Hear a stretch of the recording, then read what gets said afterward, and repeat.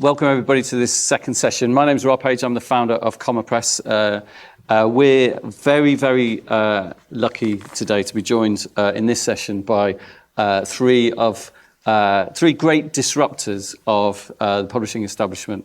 Isabel's talk this morning was very inspiring, and she talked a lot about disrupting the establishment and creating new spaces. And today's session, which is about building your readership, how to market yourself as a writer. We've got three kind of pioneers in that disruption that Isabel was talking about. We have at the far end James Spackman. James is a publisher, consultant, and a freelance kind of marketing and strategy consultant. He speaks regularly at publishing conferences on trade marketing, cover copy, and reader experience. He started out in his career at the Post Room in Bloomsbury. He then became their London rep before moving to John Murray, Hodder, and the Osprey Group in sales marketing. He is the founder of the Spare Room Project, which I want him to talk a little bit about, which is an amazing, amazing project for anybody wanting to get into publishing, especially London-based publishing. And he's also a member of the BKS agency. Chris, Hamilton-Emery, on my right, is a poet and founder and director of SALT, which is a fundamentally important, profoundly impactful independent publishing house over the last 20 plus years. SALT has been at the forefront of creating space for different kinds of writers, as Isabel talked about. He's also, as I say, a poet. He's published 3 collections as well as 2 chapbooks.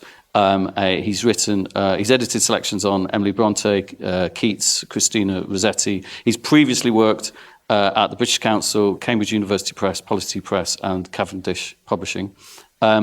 And then finally, we have Nicholas Royle, who, for Mancunians amongst us, is a very familiar face. Nicholas is the author of 5 short story collections, including Mortality and Ornithology, and 7 novels, most recently, first novel. He was also, until recently, a central figure in the MMU's creative writing courses and department.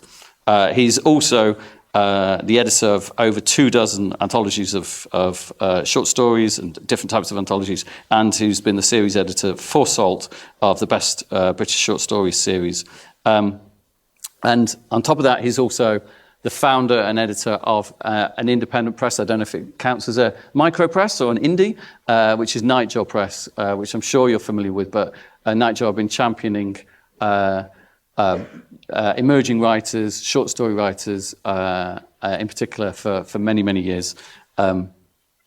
So we're really, really lucky to have all 3 of you with us.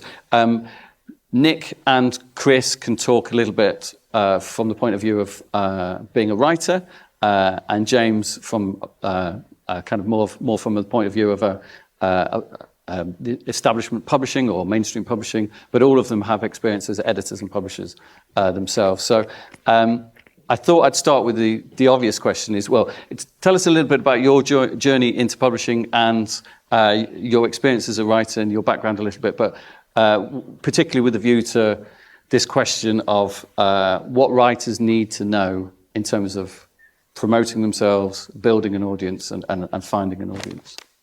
So we'll start with Chris, because you've got the microphone. Hello and good morning.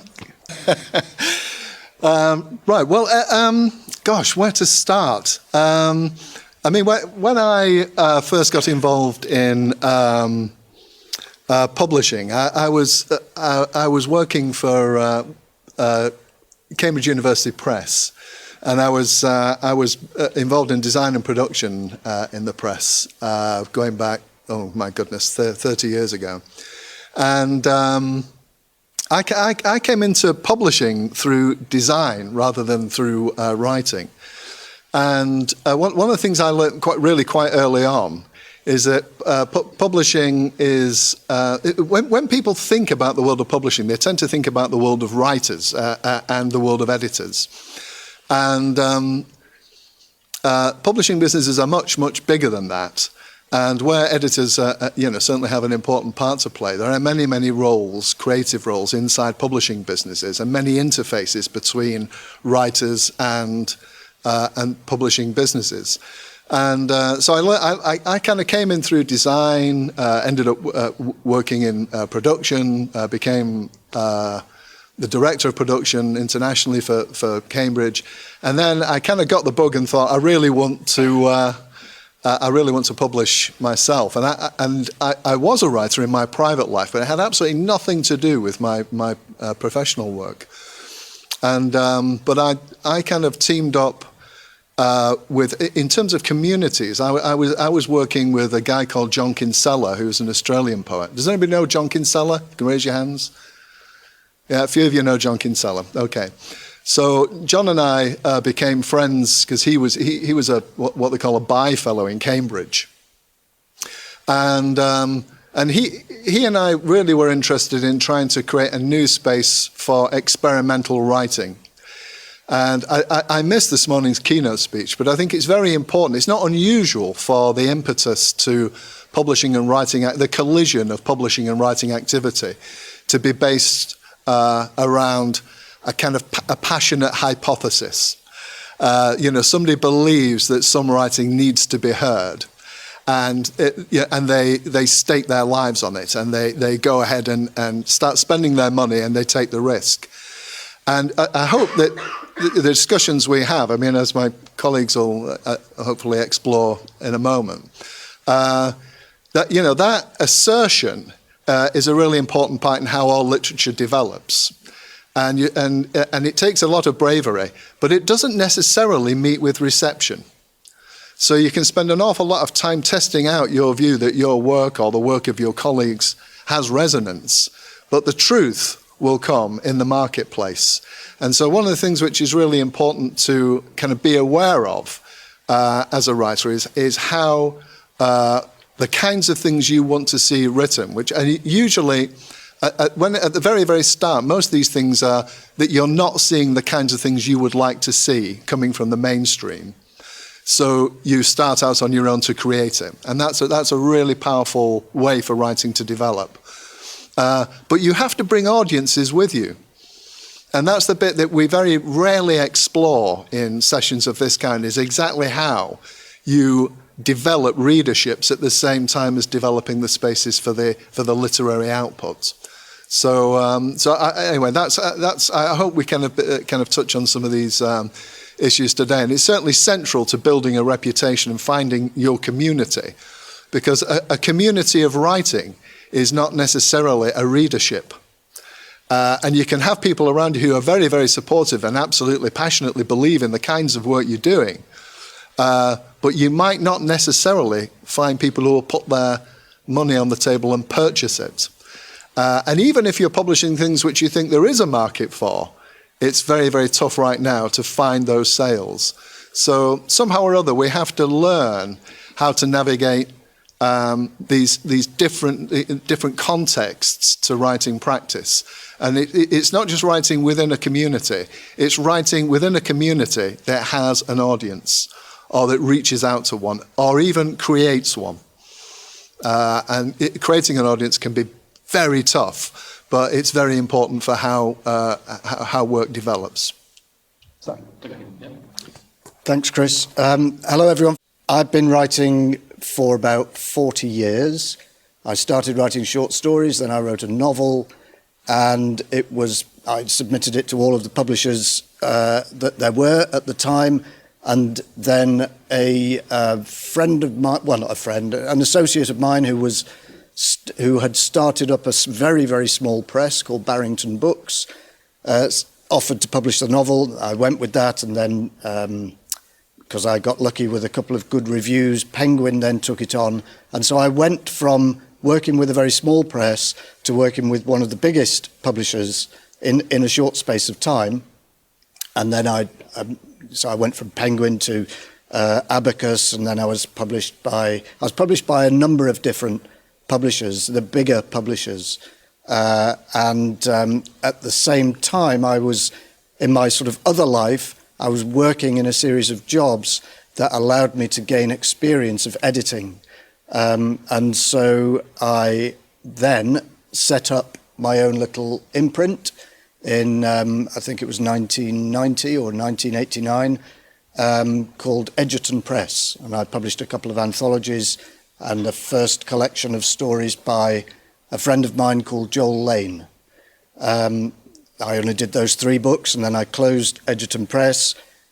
By this time, I think I was working for Time Out as an editor, not as the editor of the magazine, but as one of a number of editors on the books side, and this gave me an opportunity to do more anthologies of short stories.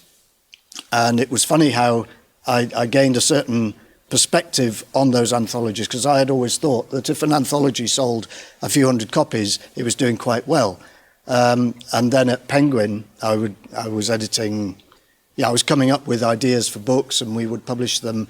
But the feedback I was getting from Penguin was, that they're not doing very well. And these were books that were being reprinted 4, 5, 6 times. And I don't know how many copies that meant that they were selling.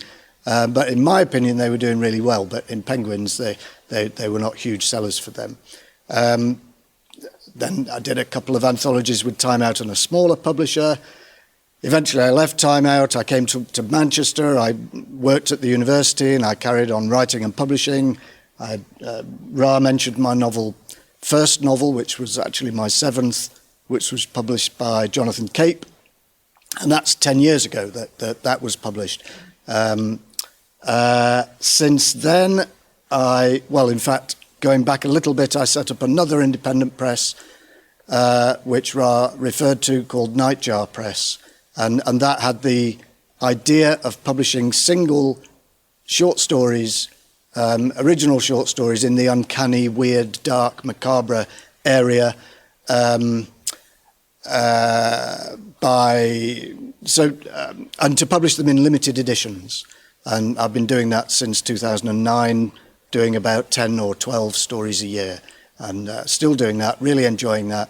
And that's given me more of an insight, I think, into, trying to sell the damn things, really, and which I suppose is the same as trying to create a readership. So I'm trying to create readership for the writers who are published by Nightjar, at the same time as those writers, in some cases anyway, are trying to increase their own readerships. Some writers don't put in a great deal of effort, and others do. And you never quite know who's going to be successful in terms of growing those readerships and who's not, nor what methods are going to work and which aren't. I might say, be careful how you use social media, because you might come across like a complete idiot. But then some people who, in my opinion, come across as complete idiots do incredibly well. So it's really, really hard to know. There are certain people who use social media a great deal, and yet put out this sort of false modesty that I find, frankly, unbearable.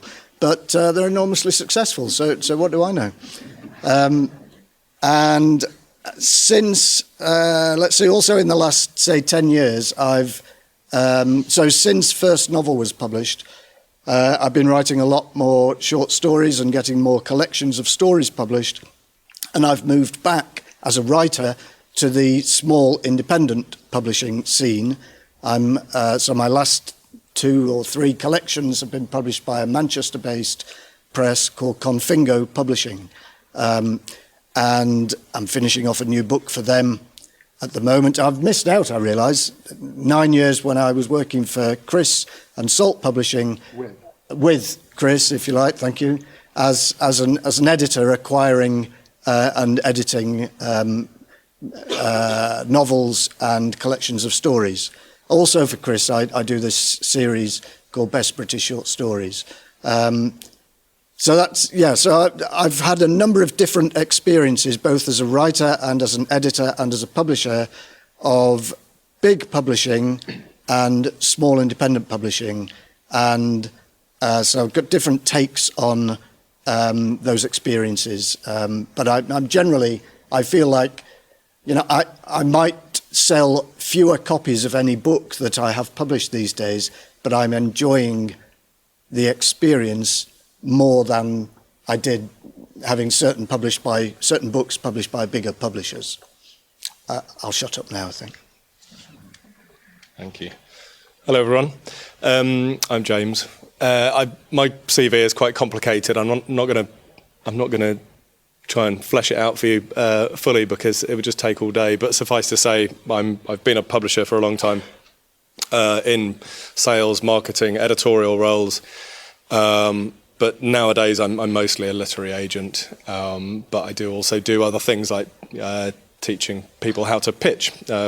Publishing is full of introverts, and trying to get them to sell things, talk persuasively about books is part of what I do. Maybe we'll touch on that. What I wanted to mention was a couple of things that have actually that relate to something, another little sideline that I do. I occasionally teach a course with the Arvon Foundation. Is anyone familiar with them? A few nods. They do terrific writing retreats. If you get an opportunity to do one, they're not cheap, but they're very, very good.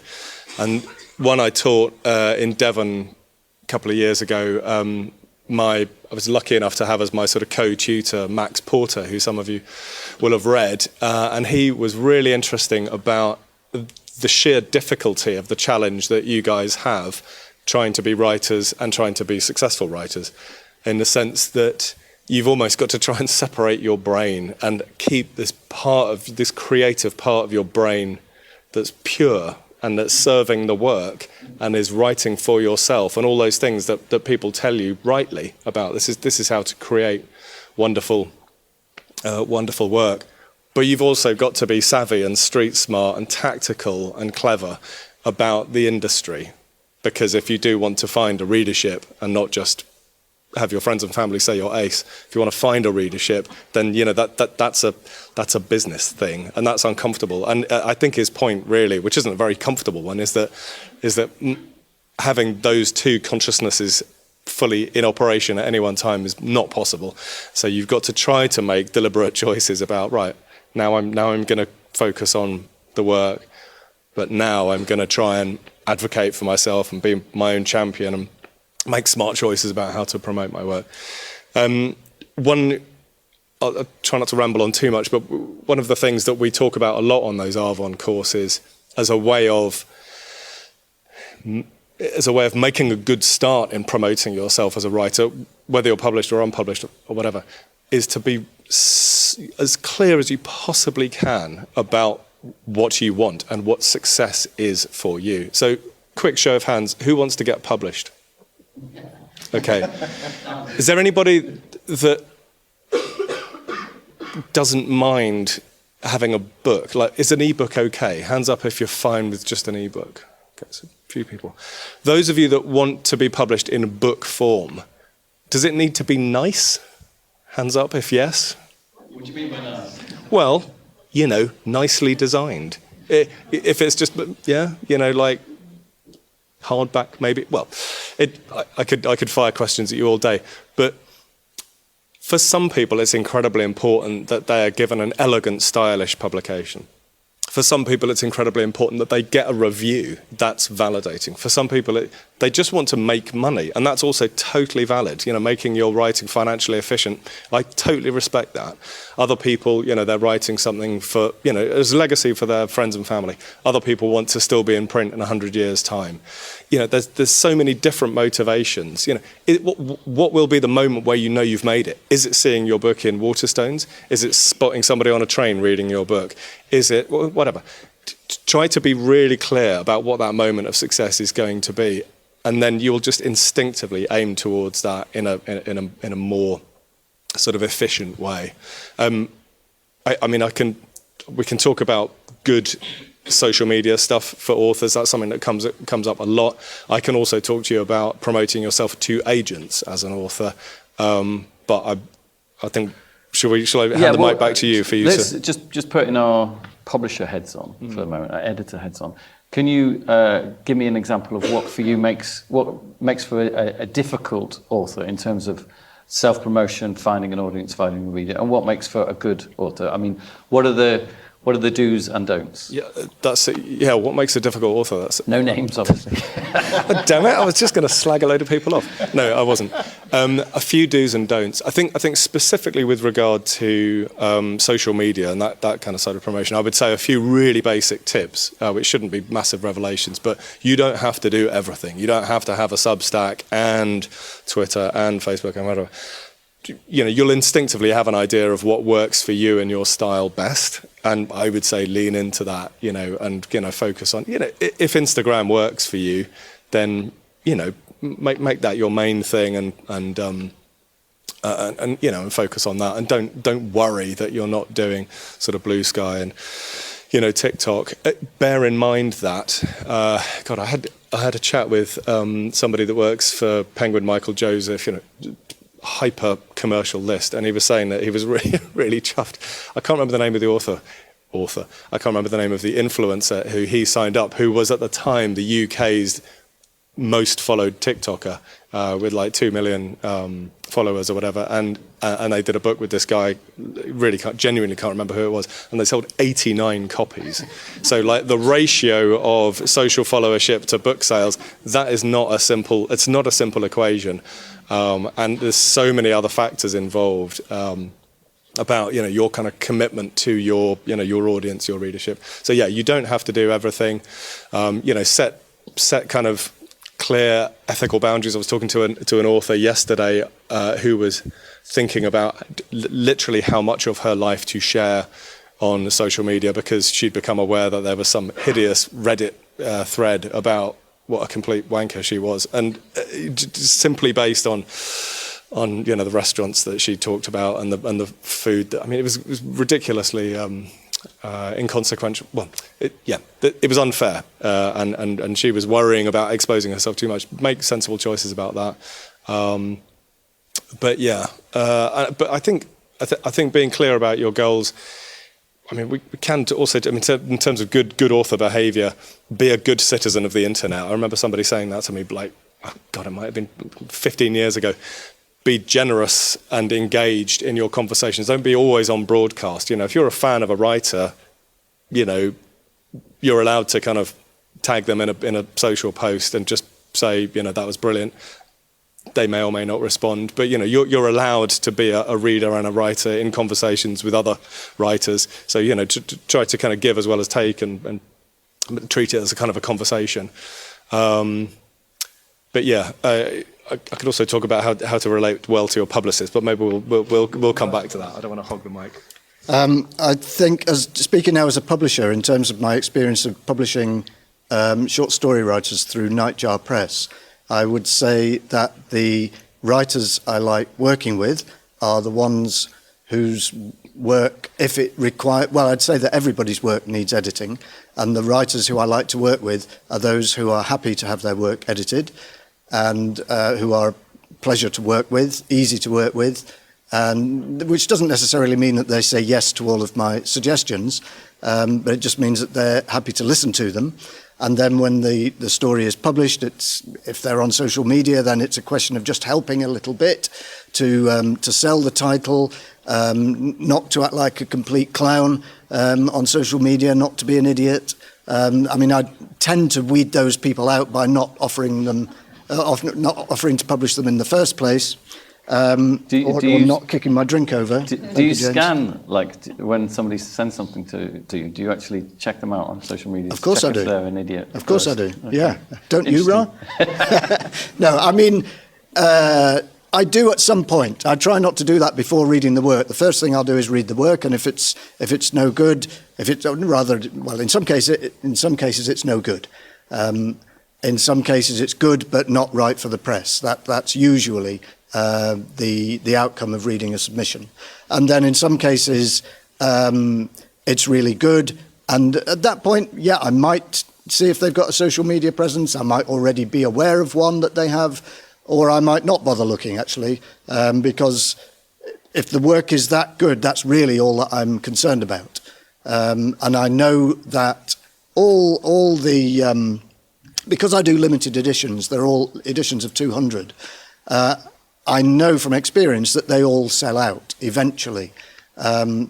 Some in a couple of days, others in a couple of months, and others up to 2 years later.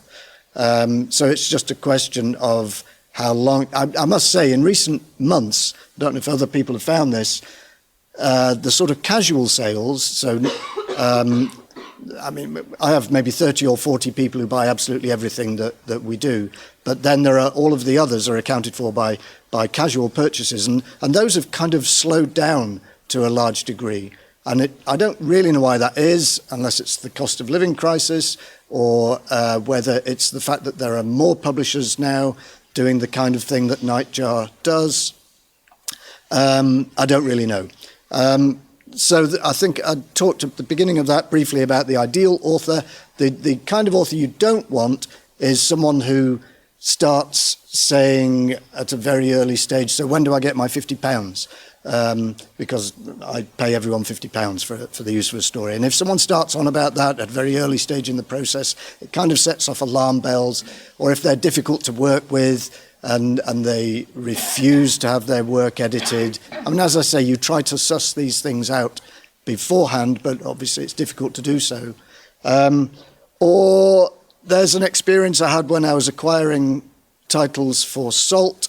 I took on a first novel by a writer. It was an absolutely brilliant novel by a very difficult writer who was quite difficult to deal with on a sort of personal level. And he flatly refused to do any promotion for the book, and it was going to be quite a tough sell anyway, this book.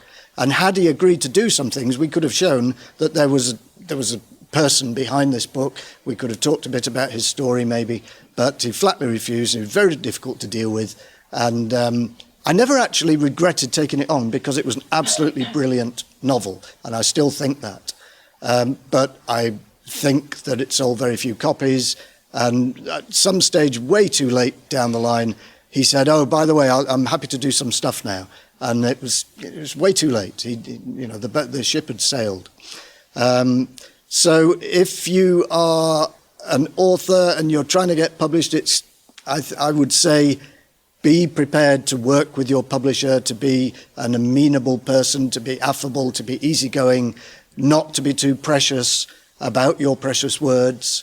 And to look forward to the process of being edited, because it can be an incredibly creative and productive part of the process. And I think it's important to accept that every book is going to benefit from being edited. I read very widely, and that includes books by very well-known writers at big publishers, and you read some of those these days and you think, well, this doesn't really read like it's been edited a great deal, because I think maybe some writers get to the point where they expect not to be edited, and indeed I've heard writers talk about not wanting to be edited and simply not putting up with it because they've acquired this idea of themselves as very grand. I think that's a big mistake, and obviously it's difficult for a publisher to say to one of those writers, have you thought about, I don't know, changing your opening page? Have you thought about cutting 20,000 words out of this novel? It's difficult, but maybe those questions need to be asked. This is, it's such a fascinating question, this. I mean, I've had the benefit of listening to my colleagues before answering. But you can come at this in so many, different ways, really. I mean, the one thing I would say is I wouldn't actually get too fixated about social media. And publishers don't take people on the whole, because of their social media followings. And so I think, although it's an attractive component, you should really be thinking about social media as just one tool in the arsenal of finding and reaching audiences. And the techniques you use on social media are absolutely no different than you would use walking into a room and meeting people you hadn't met before. You bring to bear basic courtesy and your normal social skills. And if you haven't got them, it'd be the same result online as it would actually in a physical room. People would walk away and change the subject and move over to another guest at the party. So you'll quickly find if part of your personality is even slightly rebarbative, you'll see the audience selecting you, or not, as the case may be. But I wouldn't, don't get too unduly, we don't kind of take books on and think, oh, this is a cracking book, oh, they've only got 10,000 followers, it's not good enough, they need 100,000 at least. There's no measure. And then another thing, just as Nick very eloquently has been describing, I work with a lot of terrible people.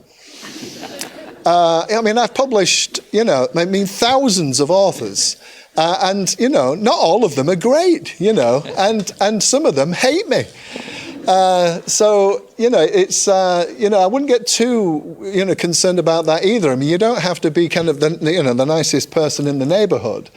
And actually, that can be deeply annoying. Nick was remarking about that earlier on. You can project this kind of false sense that you're lovely or a lovey, and that can be really, annoying in lots of different ways. Although, as Nick said, sometimes it can be terribly successful in reaching audiences. In terms of, I'm quite happy to work with people who are difficult. I worked with Nick for years. It's part of the fabric of publishing. Dealing in any creative industry, there are difficult people, and even if they're not difficult, there can be difficult relationships because we don't always all get on, and there are also competing views as to what will make a book work.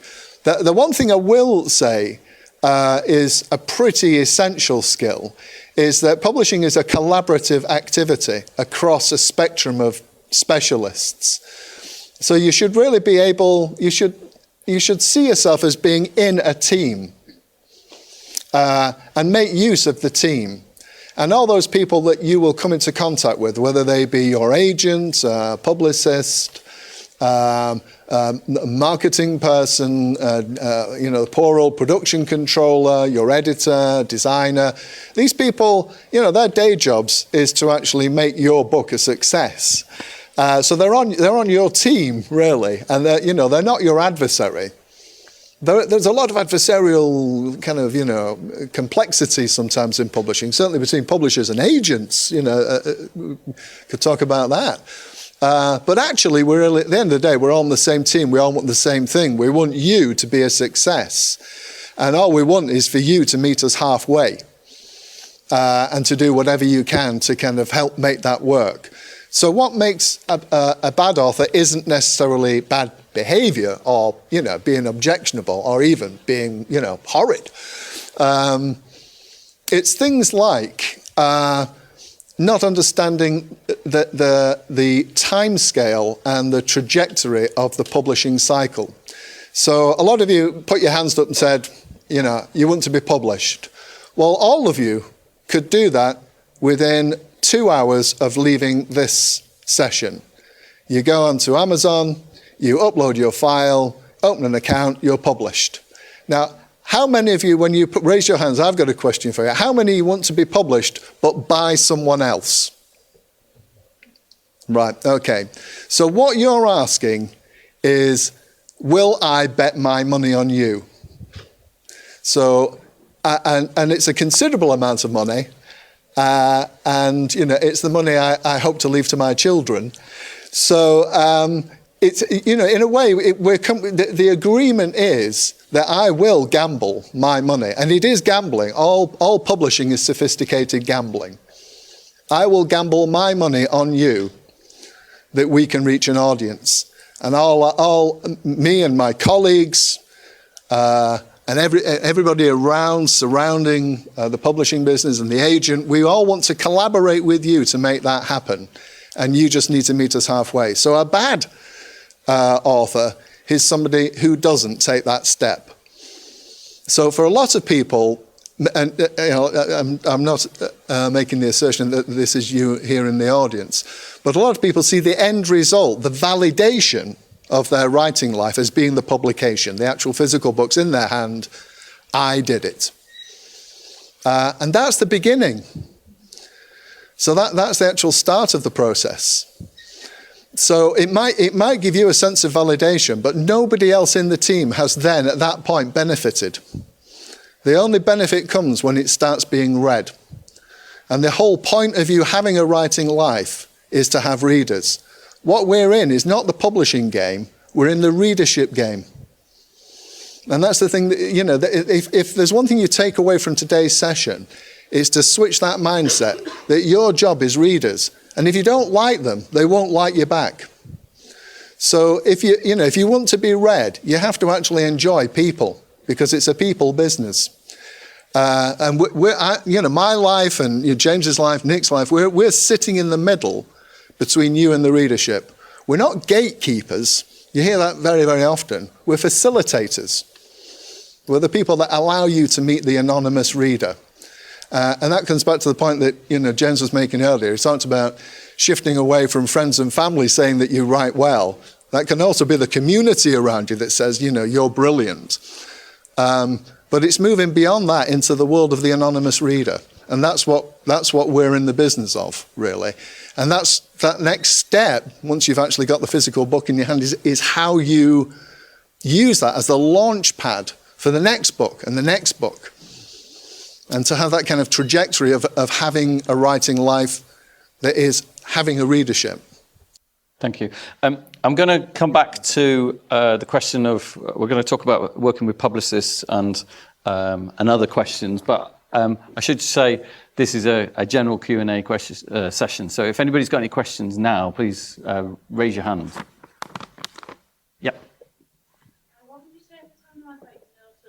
So the question was, what would you advise somebody who's got no social media presence? Okay, if I can start. Right, it's not the end of the world if you don't have a social media presence. I mean, the first thing, as Nick was kind of alluding to, is the first thing is write well, and that's the baseline. Learn how to write, and if you're writing well, that gives us a starting point, and then definitely, I mean, as you're here today amongst a community of writers, it's having that around you, having that kind of circle, being involved in the world of writing and reading is the next step. And finding where those audiences are at events, at workshops, library events, anywhere where you can put yourself in the way of other human beings to take your work out is very important as you're building your life, and also to see how your work's being heard. But at some point, there's just a basic arithmetic that you can reach more people quicker and more cheaply by having a social media presence. But it's not. You really have to be comfortable with it. You don't have to be on everything. You don't have to. I mean, you can survive without being on anything. In fact, some readers build their readerships through a sense of mystique that they don't have presences, and they take pride. Usually, it's people that have had 40-year writing histories, who say, "Oh, I don't need it. I don't need social media." Well, most of us do, when we're struggling at first. So you absolutely don't need it, but it definitely helps. But you must only do the things which you feel comfortable with, and if you're not, that's where people like us can help, because we've got social media presences. I mean, we've got hundreds and hundreds of thousands of followers. So we can talk about your work, even if you can't. And I definitely do publish people who have no presence on social media. Sometimes it's annoying, and I wish they did, because I want the world to realise how brilliant they are. But I also realise that some people... I was at a seminar once about something completely different. It was about behaviour in corporate life. And people talked about the size of the window upon you. And some people like a small window. They don't like much of themselves to be seen. And that's fine. That's absolutely fine. As long as something can be seen and as long as you're willing to meet people, that's great. It's very hard to sell books to somebody who has no presence at all. So that's the only thing I would say. But don't be frightened of social media, and if you want to explore, test out a platform in private and see where you like to play. Think of it as a way of meeting more and more people who have a similar passion to you. So if you view it that way, rather than finding audience, that's a great way to become accustomed to it. I think it's also good to make the passion, the subject of your enthusiasm, your passion, your interest, the focus of that online community that you build, rather than start with it being about you. That's just another way of doing it. At Comma, I publish lots of writers who have got no social media presence at all. They're of a certain generation, and they do find their audience. They just find it in a different way, and I can like point to how they. I can see sales. Certain writers sell well on ebooks. Certain writers sell well direct mail. Certain writers, sell well better through bookshops. And those writers that don't have a social media presence kind of find their audience through more traditional routes like bookshops rather than direct sales to websites or whatever. So there's lots of different routes, but all of those writers will have had a huge impact on their audiences in some way or another, whether it's through speaking at events or reading or poetry communities or smaller other specialist communities. They're all incredibly impactful. They don't live on their own in a garret, not speaking to anyone. It's hard to know what to add to what Chris and Rara have said. I agree with everything that they have both said. The important thing is the work rather than whether you have a social media presence. I suppose I would just add that if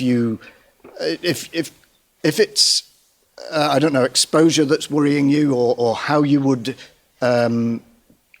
present yourself on social media that's worrying you, it's possible to be on social media, to have a presence without necessarily even doing anything, without posting, without interacting with other people. And you might still find it of benefit in that you might get a sense of people reacting with enthusiasm to your work once it's published. So you could find it unexpectedly beneficial to yourself. So it might be worth considering from that point of view. It certainly is helpful, as Chris said, if a writer is on social media, as long as they're not being a complete tool on social media. James? Yeah, nothing to add really. I think you guys have covered it. Any other questions? I mean, I can keep the conversation going or I can put it out. Yep. The question was how you view the difference between the spoken word scene and getting out there in the spoken word kind of community versus being a page poet. Do you see that distinction? Right. Okay. It's a really interesting question. It's one that comes up, often. I mean, I've been publishing poetry for 25 years, and it's come up, I think, every year since I started, and sometimes, it's been expanded by internet poetry. So, people talk about Instagram poets or Insta poets, which is just another way of segregating.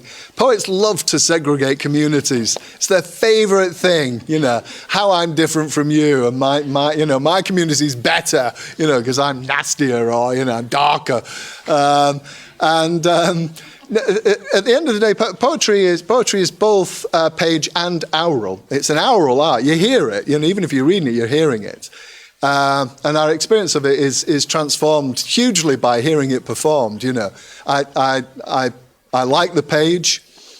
I think it's great when you find any poet who can perform well is a great thing. I think there are differences in approach in how if you're writing exclusively to be heard and not to be read. Then our attention spans are so kind of tiny in a way. We can only attend to a certain range of experiences that you have to kind of amplify, the anecdote and the hit and the one line and the message. If you're performing, but it's not as if that belongs exclusively to poetry and performance and not to poetry for the page, or even poetry for the internet. They're just all part of the same toolkit that any poet has. If you want your work to survive, it has to be more than your voice, because at some point we'll die, and everything we ever said goes with us. And if you go to a performance and that's the only place you ever come across the work, it's dead the moment the performance is over. So you have to have some interest. Well, you don't have to, but some writers have more interest for their work to persist and to be transmissible. Although, of course, we have recordings and audio recordings and other means of reaching audiences now. So it's not just the page, is what I'd say. It's the whole experience of hearing a poet, seeing the work on the page is all deeply pleasurable. And if you attend to all of it, you're just delivering so much more to the reader. I love hearing poets in performance. I love open mics. Most of the poets I've commissioned, I've published probably 700 poets in the past 25 years, something like that. And most of them I commissioned after physically hearing them and seeing them at an event. Very, very little through submission. So I see my job not to sit on my arse and wait for somebody to send me something in the post or an email. My job's to be out just like this and meet people. And certainly, I published 10 poets last year. I met them all at performances and heard them actually performing. So I think that's a kind of really important element. And it also tells you something as a publisher. It says, this person is interested in human beings. This person wants to put themselves out there in front of an audience and see what the response is. So I don't know if that helps, but don't think of it as an either-or. Think of it as all these things are available to you as a writer. And open mics put you, if you go to one, you might see that I'm at the back of the audience listening. So remember, and it's not just me. Lots of people are out there. Poetry editors are interested in the world of poetry. And it's poetry and performance is a great way to encounter people. Does that help? Gentleman wanted to ask about the peeking behind the curtain of a business and how we make a decision as to what genre we allocate a book or what audience we predict a book will reach. I'll have a swing at that just from my sort of publishing sort of background. So when I was working in big publishing companies, the most important meeting of every week was the acquisitions meeting, which was where editors would come and pitch work. Here's a novel I want to publish. Here's a biography I want to publish. And there'd be a meeting with chaired by the managing director. You'd have the sales director there and the publicity director and the marketing director and the rights director. And all of those people would have a voice in a collective, not a democratic decision, it was still a hierarchy, but it would be generally a collective decision about, are we going to offer to publish this book? Are we going to offer this author a deal? And some of the considerations that would come up, absolutely genre. It was very important, and I'm speaking about commercial publishers here. It'd be very important to be able to say what category this is in, and there'll even be categories which really only get used within the trade. So, we might, professional confessional, if you say that in an acquisitions meeting, everybody knows you're talking about Adam Kay, this is going to hurt, that kind of stuff. I don't think that designation is really, it's not exactly a household phrase, but it's the sort of thing that people are talking about. And, particularly in things like in YA, there'll be lots of sort of tropes and memes and, like enemies to lovers or whatever, which people are sort of starting to adopt as little kind of micro classifications of books. And it's very important for publishers to know, what the category is that they are potentially going to try to publish this book in, because they've then got to go to Waterstones and tell them that, and W.H. Smith and tell them that, and Asda and all the rest of it. And, their marketing department has got to have sort of benchmarks in the marketplace of, it's all that kind of, if you read this, you might like that kind of thinking. Is it important for the author to know what micro-category they belong in? I think it is, actually. And it's something that, as an agent, I spend quite a lot of time talking with authors. So if somebody's got blimey, this could be a real can of worms. But I'm working with an author at the moment who's... He's a hugely eccentric guy, a very, very successful life insurance salesman called Peter Rosengard.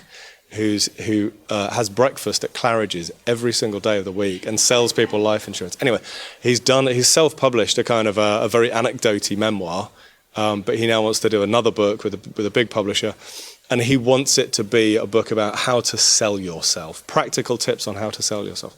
But he also wants it to be a memoir, and he also wants it to be, and he's quite he's a real enthusiast. He's quite kitchen sink about it. And a lot of our conversations have been me saying to him, we need to make this clear for the publisher.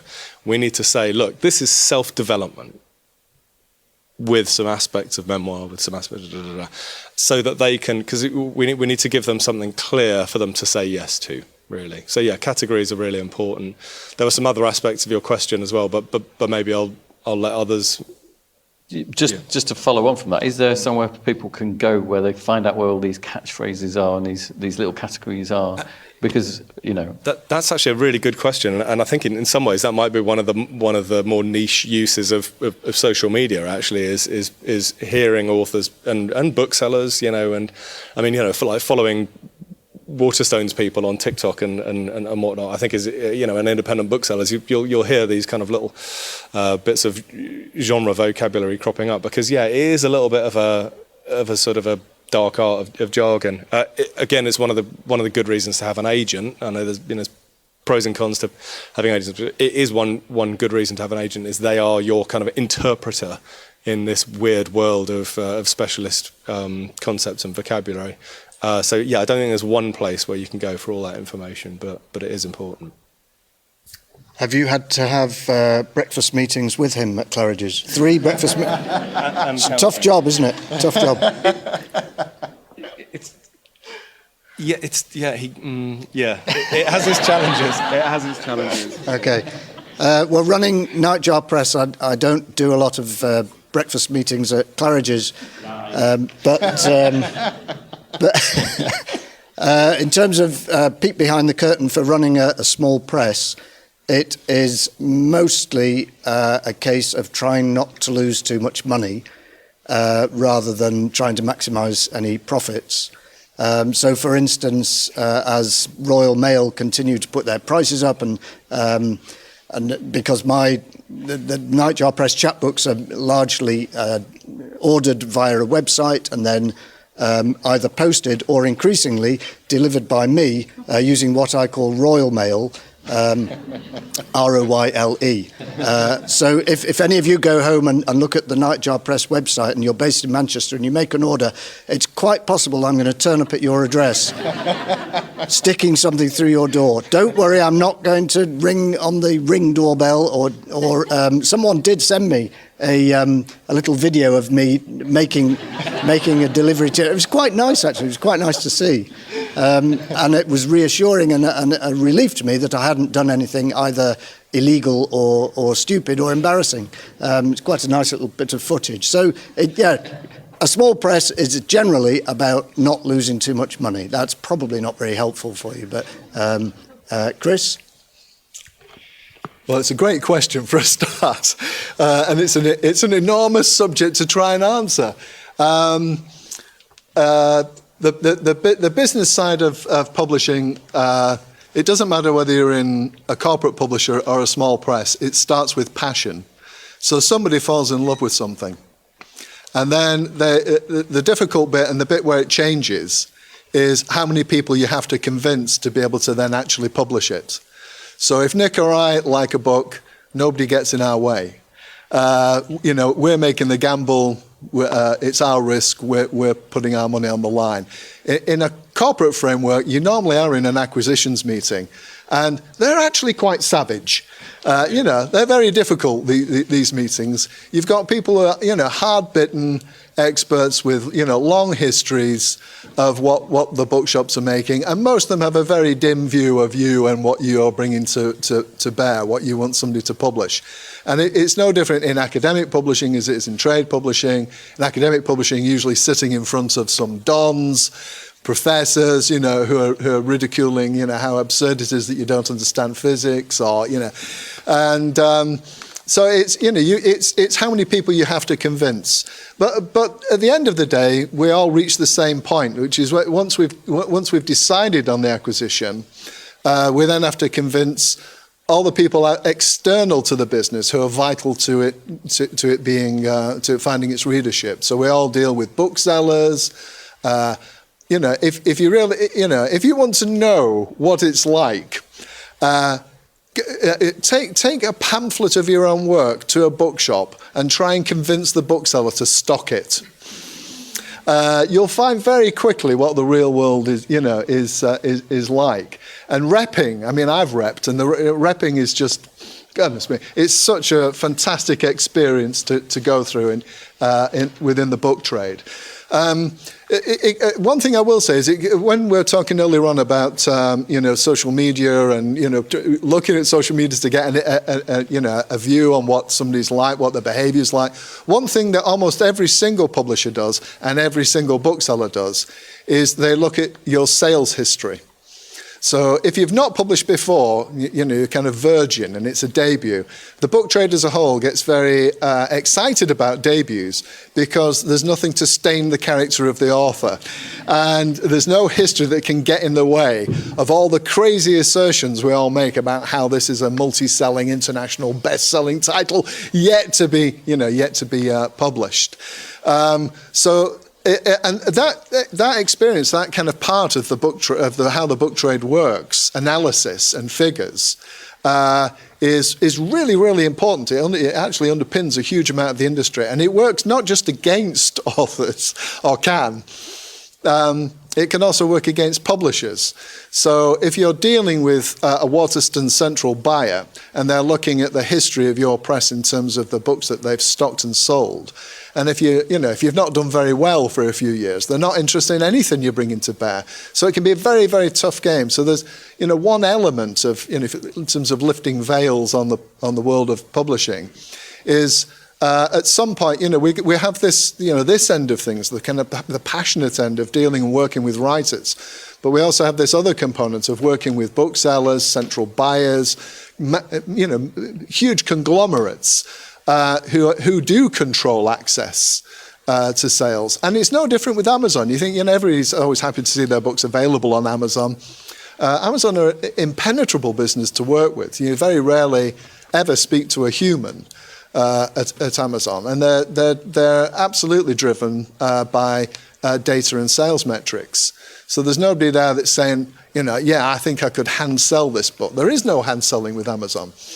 So there is. I think I'd say, grab me after the session, and we could talk for hours about the kind of business side. But never be under the impression that it's not about business at the end of the day, because it can be up until the very point that your losses exceed the profits, and then it's all over, and it can be all over terribly quickly. So my business is a commercial business, and if I don't make money, it's all over. And in terms of, just to give you one last thing, my rule of thumb is 1 in 10. So of your list, 1 in 10 books will succeed, and they have to carry the other 9. And what you hope, as Nick was kind of alluding to, is that the losses of the other 9 are losses you can afford. And I always say, when I'm talking to publishers, I say, whenever you're gambling on the next part of your list, be able to afford your losses. And if you're an editor in a conglomerate, if you're in one of the big 5, at some point, the publishing director will sit down with you, go through the sales for your books, and you can very quickly find yourself out of a job if the last book you published wasn't a hit. And you really can. In fact, last time we were together, actually, it was Andrew Gwynne-Jones, is he called? Philip Gwynne-Jones. Philip Gwynne. He was talking about this when we were last together. We were last together at the Corner House donkeys years ago here in Manchester. Yeah. And we had a publishing colleague who was talking there, and he was saying very much that an editor is only as good as their last book. And there's some truth to that. So it can be a very, very tough game for people on the other side of the fence. But come and talk to me afterwards. We've unfortunately run out of time. We've gone over time. So passionate hypotheses, being part of a team, being a good citizen of the internet, and liking human beings. I think those are my takeaways from this session. Please join me in thanking today's speakers, Chris Hamilton-Emery, Nick Royle and James Spackman.